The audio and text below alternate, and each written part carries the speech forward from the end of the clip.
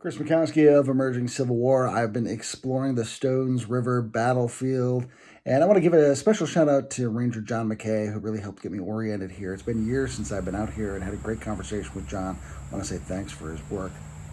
So far, we've been mostly talking about the events that took place on December 31st, 1862. What a way to end the year. But now we're going to move ahead to January 2nd and go up here to the north part of the battlefield.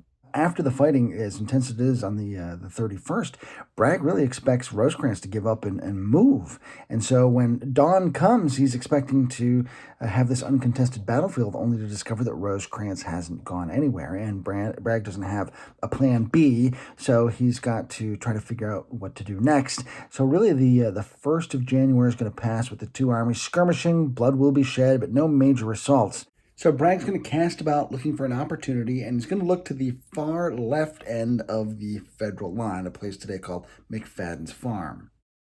Because of this bend in the river, the left flank of the Union Army is exposed and vulnerable to enfilading fire, and so there is going to be a federal force on the far side of the river to try to protect that, and that's what John Breckinridge's division is going to hammer into quite successfully and then drive them into the river. And that's going to then expose that flank, and Breckinridge is going to then decide, go across the river, follow things up, and things are going to get a little dicey because atop that ridge, there's going to be a whole slew of federal artillery waiting to greet the Confederates.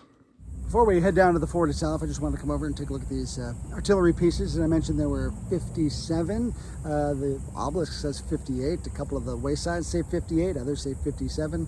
I wasn't here, I don't know. But I know that there are two here today. There are also a number of rock outcroppings that are pretty indicative of the landscape around here. So we're going to take a look at those and then head down to the fort.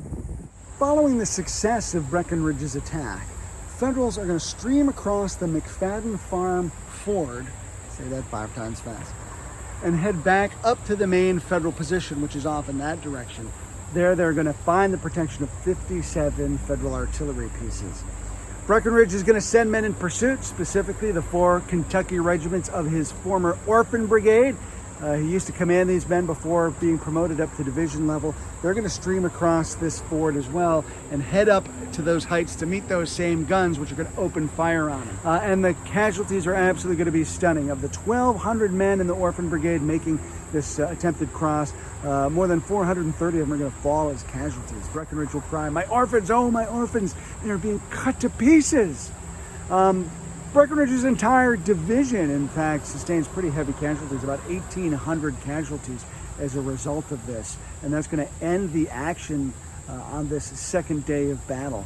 And so Bragg is going to meet with his subordinates that evening, and they are going to prevail upon him to withdraw, to call things off. And so he's going to pull away and leave the battlefield to Rosecrans, who's so beat up it's going to take him 6 months before he can initiate any sort of pursuit. So, in fact, the only reason he wins is because Bragg leaves. But it's not necessarily a clear-cut victory for the Federals on a tactical level, except that they're left with the battlefield. However, that proves to be absolutely crucial for the coming summer campaign, because now Rosecrans has a secure spot to consolidate, bring more supplies down from Nashville, and really prep as he gets ready to launch what becomes the Tullahoma campaign. So from a strategic point of view, Bragg's withdrawal becomes disastrous because it's going to allow Rosecrans to head south toward Chattanooga, his next major objective. For Emerging Civil War on the banks of the Stones River, I'm Chris Mackowski.